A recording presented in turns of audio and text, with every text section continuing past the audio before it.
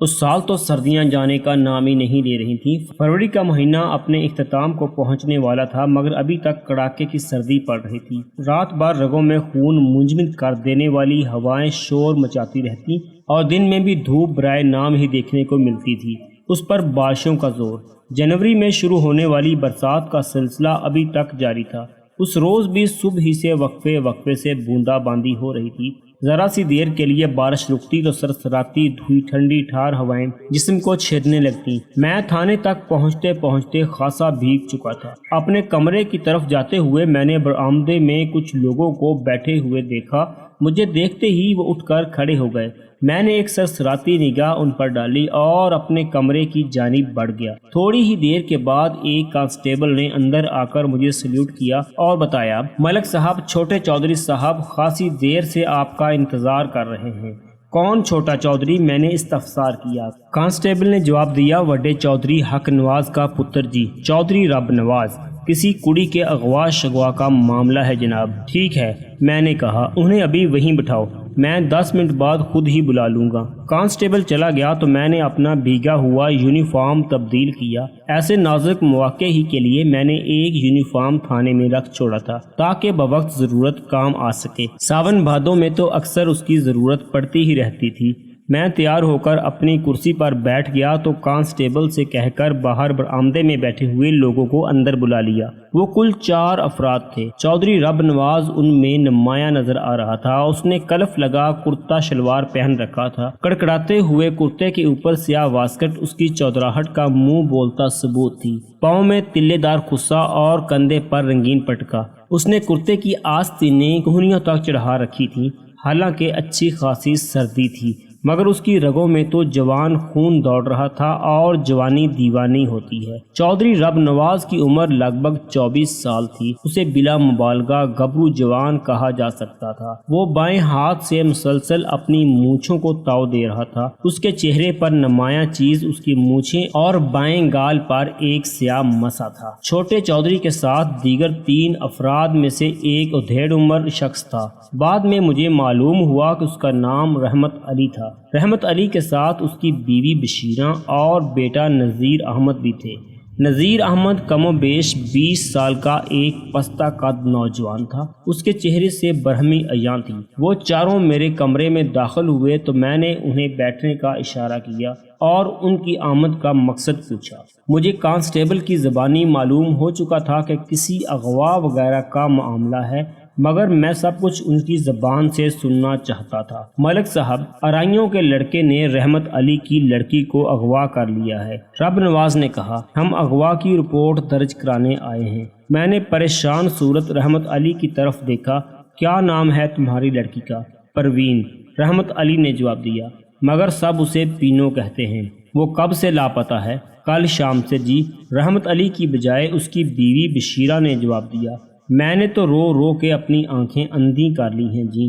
تھانے دار صاحب، میری پینوں کو جلدی ڈھونڈیں جی، نہیں تو میں جیتے جی مر جاؤں گی۔ بشیرہ نے باقاعدہ رونا شروع کر دیا تھا۔ میں نے تسلی آمیز لہجے میں کہا، حوصلہ کرو بی بی، ہم تمہاری بچی کو ڈھونڈنے کی انشاءاللہ پوری کوشش کریں گے۔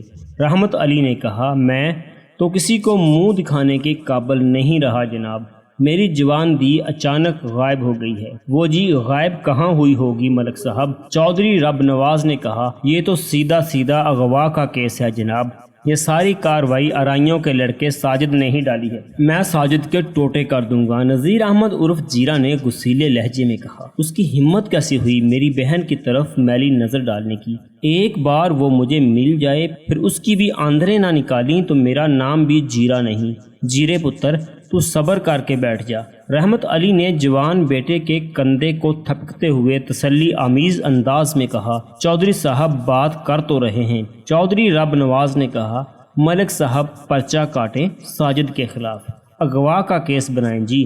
دن دہاڑے کیا ہنیر مچی ہوئی ہے، اب تو غریب آدمی کا عزت سے رہنا بھی مشکل ہو گیا ہے تھانے دار صاحب۔ بشیرہ روحانسی ہو رہی تھی۔ ہائے میری پینو، میری سونی بچی۔ بی بی، اپنے جذبات پر قابو رکھو اور باہر برآمدے میں جا کر بیٹھ جاؤ، میں نے نرم لہجے میں کہا۔ پھر ایک کانسٹیبل کو اشارہ کیا کہ وہ بشیرہ کو وہاں سے لے جائے۔ پھر جیرے سے مخاطب ہو کر کہا،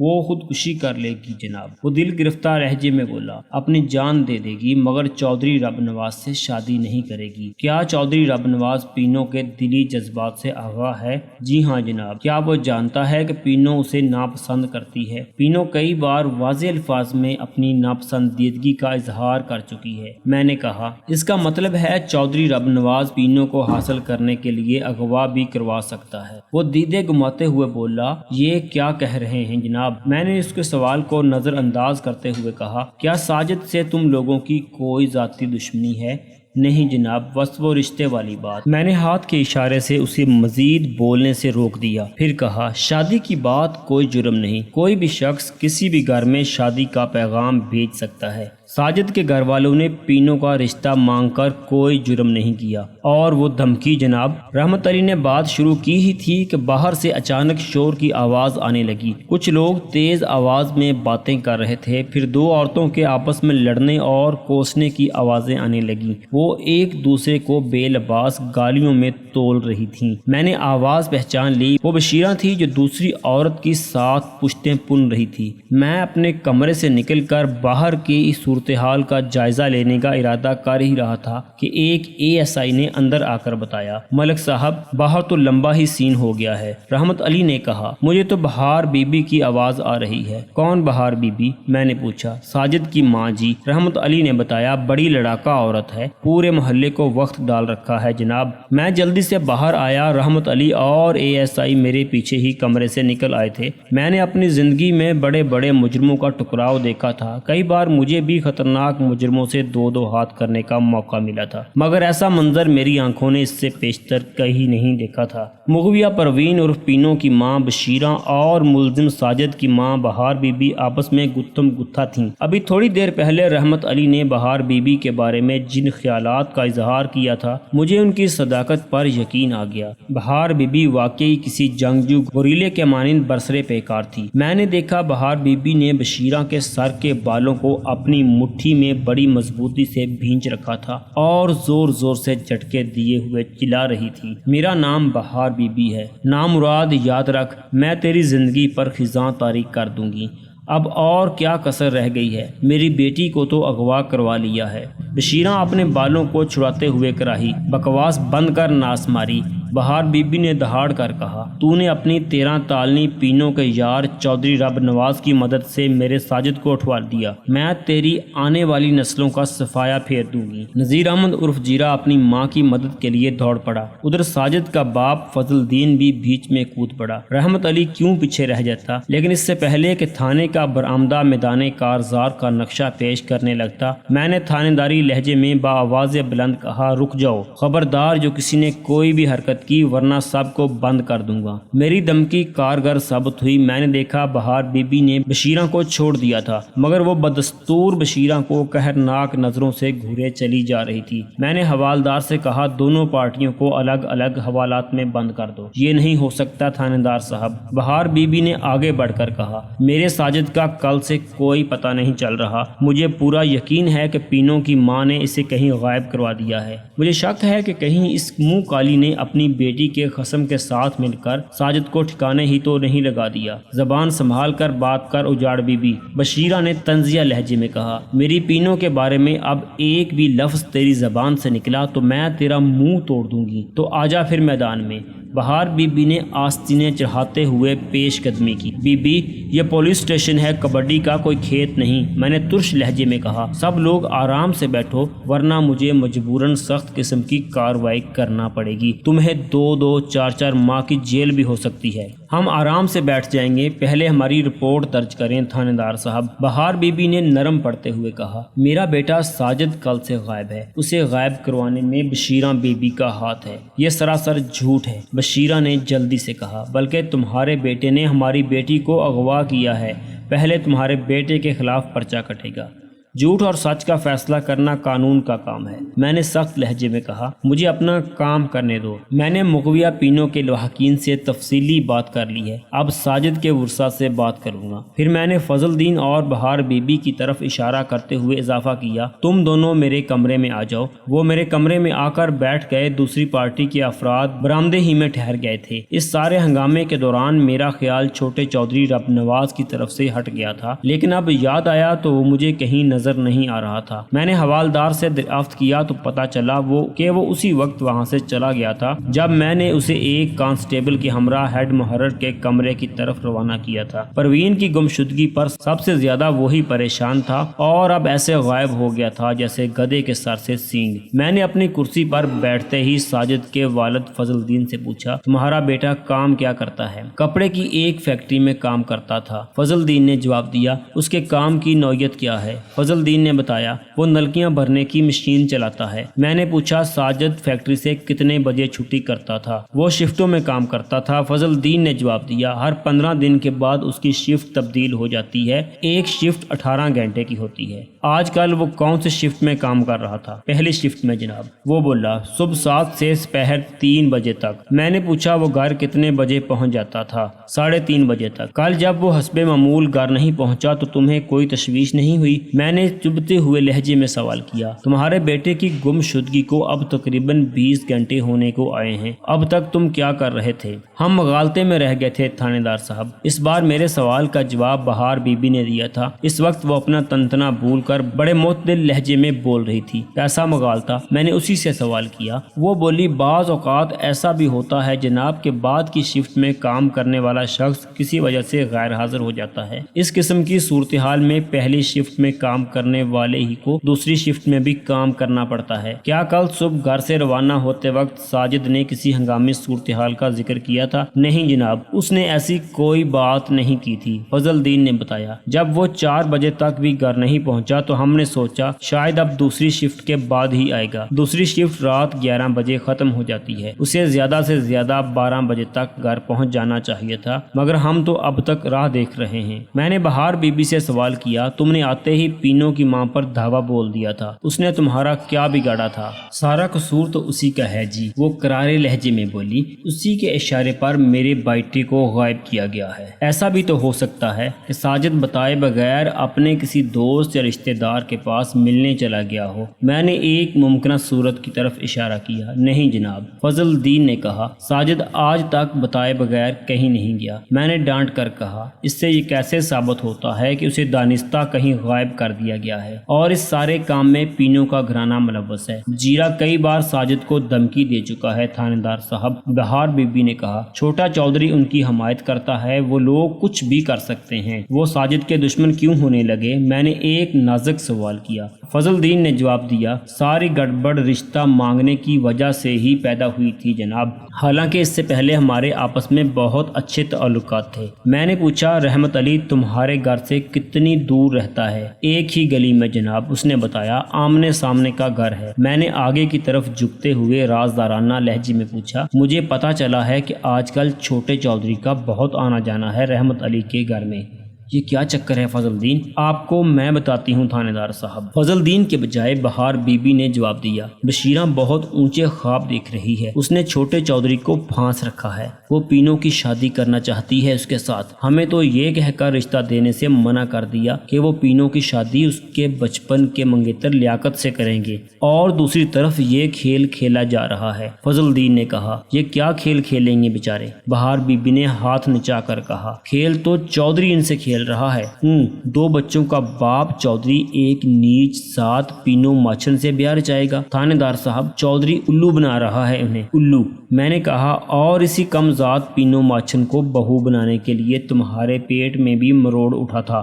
میں نے بڑی مشکل سے اپنے غصے کو ضبط کیا تھا۔ وہ کمال ڈٹائی سے بولی، وہ دوسری بات تھی، ہم ساجد کی وجہ سے مجبور ہو گئے تھے، ورنہ میں تو تھوکتی بھی نہیں ایسے کم ظرف لوگوں پر۔ تو گویا ساجد پینوں کو پسند کرتا تھا۔ فضل الدین نے جواب دیا، ایسا ہی سمجھ لیں جناب۔ اب صورتحال خاصی واضح ہو گئی تھی۔ چودھری رب نواز بار بار ساجد کے خلاف اغوا کا کیس درج کروانے کے لیے یوں ہی بےتاب نہیں تھا۔ وہ ساجد کو اپنا رقیب سمجھتا تھا، رقیب راہ کا کانٹا ہوتا ہے۔ چودھری اپنی راہ سے ہر کانٹا ہٹا دینا چاہتا تھا۔ میں نے فضل الدین سے پوچھا تمہارے گھر میں اور کون کون رہتا ہے؟ ہم دونوں میاں بیوی ہیں جناب، اور ساجد تھا۔ اس نے جواب دیا۔ ساجد سے 2 سال چھوٹی ایک لڑکی تھی، فردوس اس کا نام ہے، اس کی شادی کر دی ہے، اب تو اس کا ایک بچہ بھی ہے۔ میرے ذہن میں خیال پیدا ہوا ساجد کہیں فردوس سے ملنے نہ چلا گیا ہو۔ میں نے سوال کیا فضل الدین تمہاری بیٹی فردوس کہاں بیاہی گئی ہے؟ اس کی سسرال لاہور میں ہے جی، وہ بولا۔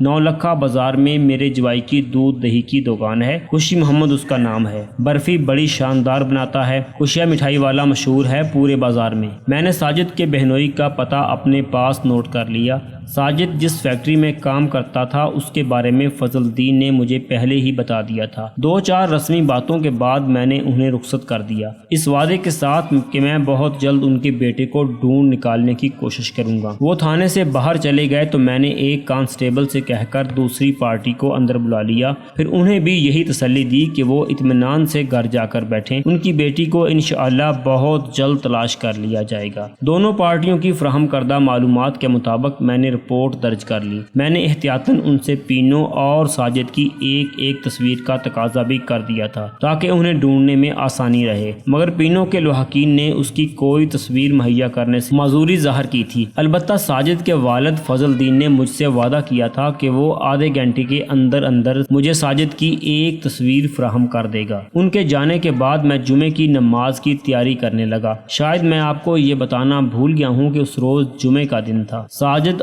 اور پروین عرف پینو کی گمشدگی والا واقعہ گزشتہ شام بروز جمعرات پیش آیا تھا۔ 4 بجے کے قریب میں نے ایک ASI کو ساتھ لیا اور اس فیکٹری کا رخ کیا یہاں ساجد کام کرتا تھا۔ میرا خیال تھا کہ وہاں سے کوئی اہم سراغ مل سکتا تھا کیونکہ ساجد فیکٹری سے گھر نہیں پہنچ پایا تھا۔ ساجد کے ساتھ کام کرنے والوں سے کوئی خاص بات معلوم ہو سکتی تھی۔ میرا نام ملک صفدر حیات ہے۔ میں نے فیکٹری کے دفتر میں داخل ہوتے ہی اپنا تعارف کرایا۔ میں مقامی تھانے کا انچارج ہوں۔ میں اس وقت اپنی وردی میں تھا۔ ASI نے بھی یونیفارم پہن رکھی تھی۔ فیکٹری کا منشی ہمیں دیکھتے ہی اٹھ کر کھڑا ہو گیا۔ آؤ جی ملک صاحب، ست بسم اللہ، اس نے عاجزی سے کہا۔ آپ نے کیسے تکلیف کر لی جناب؟ ہمیں حکم دیا ہوتا سرکار، ہم خود حاضر ہو جاتے۔ اس نے ہمیں بیٹھنے کی دعوت دی اور جب تک ہم بیٹھ نہیں گئے وہ کھڑا ہی رہا۔ اس قسم کی چھوٹی موٹی فیکٹریوں میں مالک کے بعد منشی ہی سب کچھ ہوتا ہے۔ اس کی حیثیت جنرل مینیجر کی سی ہوتی ہے اور فیکٹری کے اندرونی و بیرونی معاملات میں اس کا پورا دخل ہوتا ہے۔ ملک صاحب چائے چلے گی یا آپ کے لیے بوتلیں منگواؤں؟ ہم بیٹھ چکے تو اس نے خوش اخلاقی سے ہماری خاطر توازی کا ارادہ ظاہر کیا۔ ویسے موسم تو چائے کا ہی ہو رہا ہے، کیا خیال ہے ملائی والی چائے منگوائی جائے؟ میں نے ہاتھ کے اشارے سے اسے منع کرتے ہوئے کہا، نہیں منشی جی، اس کی کوئی ضرورت نہیں۔ پھر میں نے اپنی آمد کا مقصد ظاہر کرتے ہوئے بتایا، اس وقت ہم بہت جلدی میں ہیں، ایک ضروری کام سے یہاں آئے ہیں، ہمیں کچھ ضروری معلومات چاہیے، چائے پانی ہم پھر کبھی پی لیں گے۔ جو حکم سرکار، منشی نے کہا۔ فرمائیں میں آپ کی کیا خدمت کر سکتا ہوں؟ اس فیکٹری میں ساجد نامی ایک لڑکا کام کرتا ہے۔ میں نے کہا، شاید نلکیاں بھرنے والی مشین پر اس کی ڈیوٹی ہے۔ منشی نے کہا، وہ لڑکا کہاں ہے جناب؟ اچھا خاصا جوان ہے، پورے 23 برس کا ہے، مگر بات کیا ہے؟ آپ اس کے بارے میں کیوں پوچھ رہے ہیں؟ وہ کل فیکٹری سے گھر نہیں پہنچا۔ میں نے صورتحال کی وضاحت کرتے ہوئے کہا، ابھی تک لاپتہ ہے۔ تھانے میں اس کے والدین نے اس کی گمشدگی کی رپورٹ درج کرائی ہے۔ یہ تو واقعی تشویش کی بات ہے۔ منشی کے چہرے پر پریشانی کے آثار نمودار ہوئے۔ وہ کچھ سوچتے ہوئے بولا، آپ 1 منٹ ٹھہریں، میں ابھی پتہ کر کے آتا ہوں۔ ہمیں دفتر میں بیٹھا چھوڑ کر وہ فیکٹری کے اندر چلا گیا۔ اس کی واپسی 2-3 منٹ کے بعد ہوئی۔ وہ آیا تو اس کے ساتھ 15-16 سال کا ایک غریب صورت لڑکا بھی تھا۔ لڑکے کا نام منشی نے اصغر بتایا، پھر کہا، یہ ساجد کے ساتھ ہی کام کرتا ہے۔ اس کا کہنا ہے کہ ساجد کل دوپہر ہی کو فیکٹری سے چلا گیا تھا اور آج بھی نہیں آیا۔ یہ بات آپ کو معلوم نہیں تھی؟ میں نے منشی سے پوچھا۔ حیرت ہے، آپ کو تو فیکٹری کے چھوٹے سے چھوٹے معاملے کی خبر ہونی چاہیے۔ بجا فرمایا سرکار۔ وہ لجاجت سے بولا، میں کل صبح لاہور چلا گیا تھا، دھاگے کے معاملے میں ایک پارٹی سے ملاقات کرنی تھی۔ بابو جی کچھ دن کے لیے ضروری کام سے لنڈی کوتل اور باڑہ کی طرف گئے ہوئے ہیں۔ ان کی غیر موجودگی میں یہاں کے سارے معاملات بھی مجھے ہی دیکھنے پڑ رہے ہیں۔ میں ابھی 1 گھنٹہ پہلے لاہور سے آیا ہوں۔ اچھا ٹھیک ہے، میں نے کہا۔ پھر اصغر نامی لڑکے سے پوچھا، ساجد کل کتنے بجے گھر چلا گیا تھا؟ 1 بجے کا وقت ہوگا جناب، اس نے جلدی جانے جانے کی کوئی وجہ بھی بتائی تھی؟ اصغر نے بتایا، نہیں جناب، کوئی خاص وجہ نہیں بتائی تھی، حالانکہ میں نے پوچھا بھی تھا، مگر اس نے بس اتنا کہا کہ اس کا کام میں جی نہیں لگ رہا، اس لیے وہ گھر جا کر آرام کرنا چاہتا ہے۔ مجھے اندازہ ہو گیا تھا کہ اصغر سے کوئی کام کی بات معلوم نہیں ہو سکتی تھی۔ میں نے اس کے ساتھ وقت ضائع کرنے کے بجائے منشی سے پوچھا، ساجد نے پہلے بھی کبھی ایسی حرکت کی تھی؟ منشی نے الجھن آمیز نگاہوں سے میری جانب دیکھا۔ میں نے اپنی بات کی وضاحت کرتے ہوئے کہا، میرا مطلب ہے وہ پہلے بھی کبھی وقت سے پہلے گھر جاتا رہا ہے، ایسا کبھی کبھار ہوا ہے۔ منشی نے جواب دیا، مگر عام طور پر ساجد نے ہمیشہ وقت کی پابندی کی ہے۔ میں نے اصغر نامی لڑکے سے کہا کہ وہاں سے چلا جائے۔ جب وہ فیکٹری کے اندرونی حصے کی طرف چلا گیا تو میں نے منشی سے دریافت کیا، ویسے ساجد کیسا لڑکا ہے، اس کا رکھ رکھاؤ کیسا ہے؟ میں اسے یہ بات نہیں بتانا چاہتا تھا کہ ساجد پر پینوں کے اغوا کا شبہ بھی کیا جا رہا ہے۔ وہ بولا، بہت شریف لڑکا ہے جناب، ہم نے کبھی اس کی شکایت نہیں سنی، اس کی کسی سے دشمنی تو نہیں تھی؟ منشی نے چند لمحے سوچنے کے بعد جواب دیا، نہیں جناب، ایسی کوئی بات میرے علم میں نہیں ہے۔ میں نے استفسار کیا، آپ کے خیال میں وہ کہاں جا سکتا ہے؟ وہ نفی میں سر ہلاتے ہوئے بولا، میں اس بارے میں کیا بتا سکتا ہوں؟ میں اٹھ کر کھڑا ہو گیا، ٹھیک ہے منشی صاحب، اب ہم چلتے ہیں، ہمیں ابھی اور بھی بہت سے ضروری کام نپٹانا ہے۔ آپ کو ساجد کے بارے میں کسی بھی قسم کی کوئی اطلاع یا سن گن ملے تو فوراً ہمیں اس سے آگاہ کریں، آپ بالکل بے فکر رہیں مائی باپ۔ منشی بھی اٹھ کر کھڑا ہو گیا، پھر فیکٹری کے دروازے تک ہمیں چھوڑنے کے لیے ساتھ آیا۔ تھانے کی طرف واپس جاتے ہوئے میں نے اپنے ساتھی ASI سے پوچھا، کیا خیال ہے نزاکت شاہ، پینو واقعہ اغوا ہوئی ہے یا کوئی اور ہی چکر ہے؟ وہ بولا، ملک صاحب مجھے تو کوئی اور ہی چکر لگتا ہے۔ ایک لمحے کے توقف کے بعد اس نے کہا، میری مانے تو چھوٹے چودھری کو گرفتار کر کے حوالات میں بند کر دیں، پھینٹی شینٹی چڑھے گی تو پھر پھر بولنے لگے گا۔ تمہارا مطلب ہے چودھری رب نواز پینوں کے اغوا میں پوری طرح ملوث ہے؟ اس نے پر اعتماد لہجے میں جواب دیا، مجھے تو پورا یقین ہے جناب، یا تو چھوٹے چودھری نے خود ہی پینوں کو اغوا کروایا ہے یا پھر وہ اس کی گمشدگی کے بارے میں کچھ نہ کچھ ضرور جانتا ہے۔ اور ساجد کے بارے میں کیا کہتے ہو؟ نزاکت شاہ بولا، مجھے تو وہ اس معاملے میں بے قصور ہی نظر آتا ہے جی۔ میں نزاکت شاہ کے اس خیال سے اس حد تک تو متفق تھا کہ پینوں کے اغوا میں ساجد کا ہاتھ نہیں ہو سکتا، مگر اس کی روپوشی مجھے تشویش میں مبتلا کر رہی تھی۔ کبھی کبھی تو مجھے بہار بی بی کے بیان کردہ خدشات پر یقین سا ہونے لگتا تھا، کہیں چھوٹے چودھری نے رقابت کے جذبات سے مغلوب ہو کر ساجد کو ٹھکانے ہی نہ لگا دیا ہو۔ اس بات کی تصدیق ساجد کے باپ فضل الدین نے بھی کی تھی کہ ساجد پینوں کو پسند کرتا ہے، اور یہ پسندیدگی محبت کی حدوں کو چھوتی تھی۔ چودھری کی منظور نظر کو چاہنے والا کوئی بھی شخص چودھری کو گوارا نہیں ہو سکتا تھا۔ دونوں گمشدگان افراد میں سے کسی ایک کا بھی سراغ مل جاتا تو تفتیش کی گاڑی آگے بڑھ سکتی تھی۔ نزاکت شاہ کی آواز نے مجھے خیالات سے چونکا دیا۔ وہ پوچھ رہا تھا، ملک صاحب اب کیا ارادہ ہے؟ آپ کا حکم ہو تو چھوٹے چودھری کو اٹھا لائیں، اس کام میں جلد بازی اچھی ثابت نہیں ہوگی نزاکت شاہ، میں نے گمبھیر لہجے میں جواب دیا، ہماری ذرا سی بے احتیاطی چودھری کو چوکنا کر دے گی۔ ہمارے مفروضے کے مطابق اگر پینوں کے اغوا میں چھوٹے چودھری کا ہاتھ ہے تو ہماری پیش قدمی سے وہ محتاط ہو جائے گا، پھر پینوں کی بازیابی کا عمل بہت کٹھن ہو جائے گا۔ ہمیں بہت سوچ سمجھ کر چودھری رب نواز پر ہاتھ ڈالنا ہوگا۔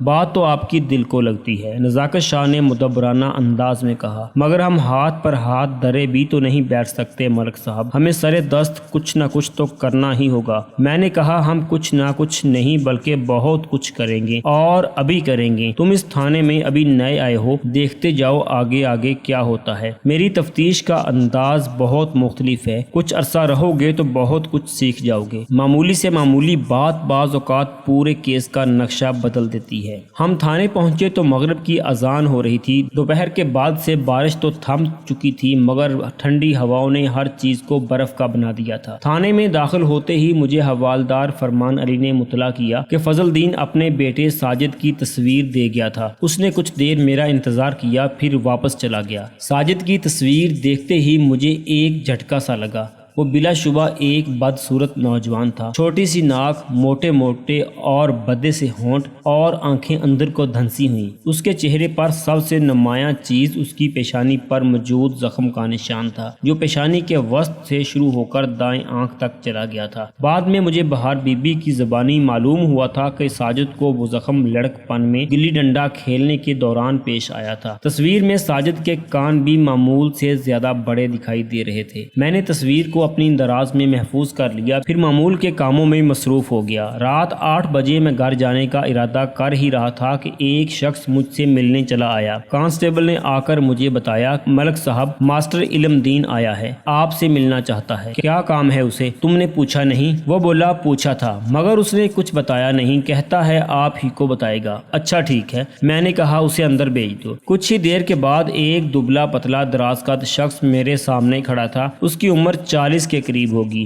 رنگ سانولا، آنکھیں روشن اور چہرے پر مسکراہٹ سجی ہوئی تھی۔ اس نے شرعی داڑھی رکھی ہوئی تھی اور سر پر جناح کیپ پہنی ہوئی تھی۔ اس نے آتے ہی ادب سے مجھے سلام کیا۔ میں نے اس کے سلام کا جواب دینے کے بعد بیٹھنے کا اشارہ کیا۔ وہ بیٹھ چکا تو میں نے اس کی آمد کا مقصد دریافت کیا۔ اس نے جواب دیا، ملک صاحب، میرا نام علم دین ہے، میں اس علاقے کے واحد اسکول میں پڑھاتا ہوں۔ ایک لمحے کے توقف کے بعد اس نے کہا، مجھے معلوم ہوا ہے کہ آج تھانے میں پروین کے گھر والے اس کی گمشدگی کی رپورٹ درج کرانے آئے تھے۔ وہ کل شام سے لاپتہ ہے۔ ماسٹر جی، آپ نے ٹھیک سنا ہے، میں نے کہا، ہم نے رپورٹ درج کر لی ہے اور انشاءاللہ بہت جلد پروین کو تلاش بھی کر لیں گے۔ اللہ کرے ایسا ہی ہو، اللہ آپ کو حیاتی دے۔ ماسٹر علم دین نے دعائیہ انداز میں چھت کی جانب دیکھتے ہوئے کہا، ملک صاحب، میری سمجھ میں نہیں آ رہا کہ اپنے دل کی بات آپ سے کیسے کہوں۔ پتہ نہیں اس بات کی کوئی اہمیت ہے بھی یا نہیں، مگر میں اس کی وجہ سے بہت الجھا ہوا ہوں۔ ماسٹر علم دین کے چہرے پر الجھن کے تاثرات نمایاں تھے۔ میں نے دوستانہ لہجے میں کہا، ماسٹر جی، ایسی کیا بات ہے جو آپ کو پریشان کر رہی ہے؟ میں نے دیکھا وہ تذبذب کا شکار تھا۔ وہ کوئی بات کہنا چاہتا تھا مگر اس سے پیشتر کے بات اس کی زبان تک پہنچ وہ اپنا ارادہ بدل دیتا تھا۔ آپ کی پریشانی کا تعلق کہیں گمشدہ پروین عرف پینو سے تو نہیں؟ میں نے اپنے ذہن میں ابھرنے والے ایک اہم خیال کو عملی جامہ پہناتے ہوئے کہا، اگر آپ پینو سے متعلق کوئی بات جانتے ہیں تو ضرور ہمیں بتائیں، ہو سکتا ہے ہم آپ ہی کی وجہ سے پینو کا کوئی سراغ لگانے میں کامیاب ہو جائیں۔ شاید وہ بات اتنی اہم نہ ہو، علم دین نے پہلو بدلتے ہوئے کہا، مگر اہم اور غیر اہم کے بارے میں آپ کو پریشان ہونے کی ضرورت نہیں ہے ماسٹر جی۔ میں نے اس کی بات کاٹتے ہوئے کہا، یہ فیصلہ کرنا ہمارا کام ہے۔ کیا آپ نے پینو کو کہیں دیکھا ہے؟ کل شام کو دیکھا تھا جناب، میں نے کہا۔ کل شام کے بعد ہی سے تو وہ لاپتہ ہے، آپ نے اسے کہاں دیکھا تھا؟ ماسٹر علم دین نے جواب دیا، شاید آپ کے علم میں یہ بات نہ ہو، 2 ماہ پہلے میرا جوان بیٹا مجھ سے روٹ کر قبرستان جا بسا تھا۔ میں ہر جمعرات کو اس کی تربت پر اگربتیاں جلانے باقاعدگی سے جاتا ہوں۔ وہ چند لمحوں تک خاموش بیٹھا خلا میں گورتا رہا۔ میں اس کی کیفیت کو بخوبی محسوس کر رہا تھا۔ جوان بیٹے کی موت نے اسے توڑ کر رکھ دیا تھا۔ جذبات کی جلگار اس طرح تھمی تو رک رک کر اس نے کہنا شروع کیا، کل بھی جمعرات تھی، میں قبرستان سے نکل کر گھر کی طرف آنے والے راستے پر چند قدم ہی چلا ہوں گا کہ پروین مجھے سامنے سے آتی ہوئی دکھائی دی تھی۔ وہ یقیناً اس وقت اپنے گھر سے آ رہی تھی۔ اس وقت اس کے ساتھ اور کون تھا؟ ماسٹر علم دین نے اپنی بات پوری کی تو میں نے فوراً سوال کر دیا، آپ نے اس کے ساتھ ساجد کو دیکھا تھا؟ وہی ساجد، فضل دین ارائیں کا لڑکا؟ نہیں جناب، اس کے ساتھ ساجد نہیں تھا، علم دین نے جواب دیا۔ تو کیا وہ اکیلی تھی؟ وہ اکیلی نہیں تھی ملک صاحب، اس نے بتایا، اس وقت مغرب کی اذان ہونے ہی والی تھی۔ میں بہت تیزی میں تھا، میں چاہتا تھا کہ جلد از جلد مسجد میں پہنچ جاؤں تاکہ بعد جماعت نماز ادا کر سکوں۔ آپ نے بتایا ہے کہ پینو اکیلی نہیں تھی، میں نے ماسٹر علم دین کی بات کاٹتے ہوئے کہا، اگر اس کے ساتھ ساجد نہیں تھا تو پھر کون تھا؟ کیا گھر ہی کا کوئی فرد تھا اس کے ساتھ؟ اس کے ساتھ اللہ رکھی تھی، اس نے بتایا، اور اسی بات نے مجھے پریشان کر رکھا ہے ملک صاحب۔ اللہ رکھی کوئی اچھی عورت نہیں ہے، ہمارے علاقے کے شرفا کی رائے اس کے بارے میں بہت خراب ہے۔ آپ فیقے کی گھر والی کی بات کر رہے ہیں؟ میں نے پوچھا۔ وہ جلدی سے بولا، جی ہاں ملک صاحب، وہی اللہ رکھی۔ میں اللہ رکھی اور فیقے کو اچھی طرح جانتا تھا۔ رفیق عرف فیقہ چھوٹی موٹی وارداتوں کے سلسلے میں کئی بار جیل بھی جا چکا تھا۔ اسے چھوٹے چودھری رب نواز کی پشت پناہی حاصل تھی۔ حیرت کی بات یہ تھی کہ آج تک اس نے اپنے علاقے میں کوئی بھی خلاف قانون حرکت نہیں کی تھی۔ اس کے کارناموں سے اب تک دور دراز کے علاقے ہی مستفید ہوئے تھے۔ میں نے دل میں فیصلہ کر لیا کہ پینو والے معاملے میں فیقہ یا اس کی بیوی اللہ رکھی ملوث پائی گئی تو میں انہیں عبرت ناک سبق سکھاؤں گا۔ کیا آپ کو یقین ہے ماسٹر جی کہ پینو کے ساتھ دوسری عورت اللہ رکھی ہی تھی؟ میں نے پوچھا۔ اس نے جواب دیا، اگرچہ میں اس وقت بہت جلدی میں تھا مگر میں اللہ رکھی کو پہچاننے میں بلا کیسے غلطی کر سکتا ہوں؟ میں پورے وثوق سے کہہ سکتا ہوں کہ وہ اللہ رکھی ہی تھی۔ آپ کے خیال میں وہ قبرستان کی طرف گئی تھی؟ میں نے پوچھا۔